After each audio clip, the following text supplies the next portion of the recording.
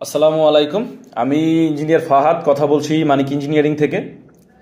আজকে আপনাদের সাথে শেয়ার করব যে আপনি যদি বাড়ি করার উদ্দেশ্যে একটা জমি কেনেন বা বাড়ি করবেন এই টার্গেটে একটা জমি কেনেন, সেক্ষেত্রে আপনি কোন ভুলগুলো এড়ানোর চেষ্টা করবেন বা আমি যে বিষয়গুলো দেখতেছি বা মানুষ আসলে কোন ভুলগুলো বেশি করে বা আপনার একটা জমি কেনার ক্ষেত্রে আপনার কোন বিষয়টা দেখে বা লক্ষ্য করে জমিটা কিনতে হবে।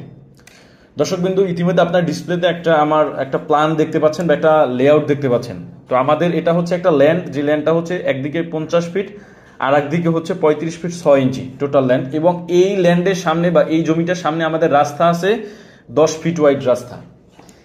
এখন এই জায়গাটা হচ্ছে একটা সিটি কর্পোরেশন আন্ডারে, সাধারণত এটা বেসিক্যালি হচ্ছে আমাদের বরিশাল সিটি কর্পোরেশন আন্ডারে।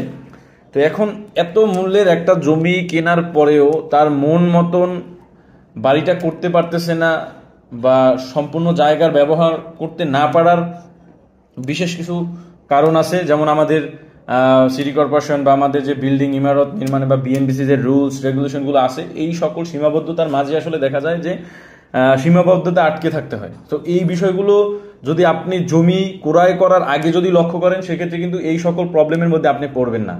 যেমন একটু যদি লক্ষ্য করেন যে আমাদের এই জমিটার সামনে কিন্তু 10 ফিট রাস্তা আছে। তো এই 10 ফিট রাস্তা থাকার কারণে কিন্তু আমার নিজের জমি থেকে কিন্তু রুলস অনুযায়ী অনেক জমি ছাড়তে হচ্ছে। দেখেন, আমার মিনিমাম 7 থেকে 8 ফিট জমি এরপরে হচ্ছে ছেড়ে দিতে হবে। মানে এই রাস্তার সেন্ট্রাল পয়েন্ট থেকে আমার 4.5 মিটার ল্যান্ড ছেড়ে এরপর হচ্ছে আমার বাড়িটা করতে হবে। এরপরে আউটসাইডে বা আমাদের সেটব্যাকের রুলস অনুযায়ী পাশে সাইডে চারপাশে আরো জায়গা আমার ছাড়তে হচ্ছে।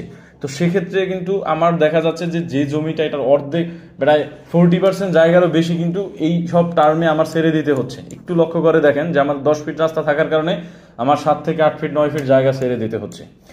বাট যখন আপনি জমিটা কিনতেছেন, তখন যদি একটা ইঞ্জিনিয়ারের সাথে বা কারো সাথে একটু পরামর্শ করে, যারা এই সব বিষয় অবগত, বিল্ডিং নিয়ে কাজ করে, এইসব অথরিটির সাথে যদি আপনি একটু পরামর্শ করে নিতেন বা ইনফর্ম হয়ে নিতেন বা জানতেন একটু রিসার্চ করে, তখন কিন্তু আপনি এই ভুলটা করতে পারতেন না।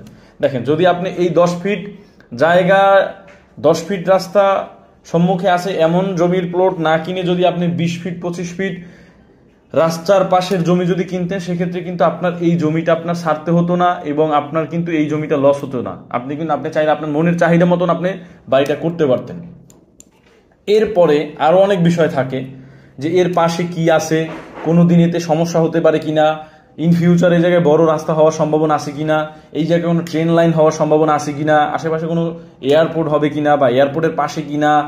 হ্যাঁ, এরপরে এই মাটিটা যে আসলে আপনি করবেন, সয়েলের কন্ডিশন কি। হ্যাঁ, সয়েল কন্ডিশন এই জিনিসটা আসলে দেখে কেনা যায় না, বাট তারপরও একটা এইসব জিনিসগুলো যদি বিবেচনা করে দেখে একটু কিনতে পারেন, সেক্ষেত্রে কিন্তু আপনি ভালো হবেন। না হয় কিন্তু এই রকমের আমাদের হাজারো ক্লায়েন্টের মতন আপনারাও বিপদে পড়বেন। তো এখন থেকে আমি সবাইকে আহ্বান করবো বা আমি সবাইকে সাজেশন করব, যখন আপনি একটা জমি কিনবেন এই সকল বিষয় আপনি দেখে বুঝে এরপরে কিনবেন।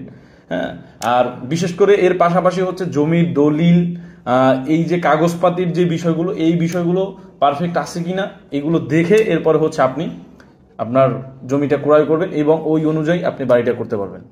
দর্শকবিন্দু, সবাই সুস্থ থাকবেন, ভালো থাকবেন, মানিক ইঞ্জিনিয়ারিং এর সাথেই থাকবেন।